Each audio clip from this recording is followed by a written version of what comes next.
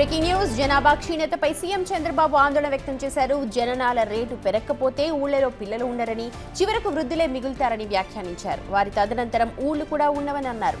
ఏ ఊరు ఉండాలన్నా అక్కడ జనాభా పెరగాలని, అందుకే తాను జనాభా పెరుగుదలను ప్రోత్సహిస్తున్నానని చంద్రబాబు అన్నారు.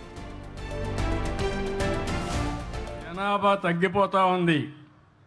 2.1 ఉండాలి. అంటే ఒక కపుల్ జీవితకాలంలో 2 కంటే ఎక్కువ జన్మనివ్వాలి. అప్పుడే జనాభా కంటిన్యూ అవుతుంది. అంటే 2 వరకు చనిపోతూ ఉంటారు. కానీ ఈరోజు వచ్చింది ఆంధ్ర రాష్ట్రం 1.5, 1.6కు పడిపోయాం.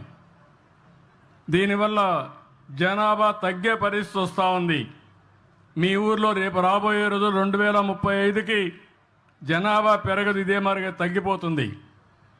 కడాన పిల్లలు ఉండరు ఊర్లో, అంతా ముసలోళ్ళే ఉంటారు. తర్వాత ఊర్లే ఉండవు. అందరూ చనిపోతే ఊరే ఉంటుంది, వేరే ఊరే అయిపోతుంది.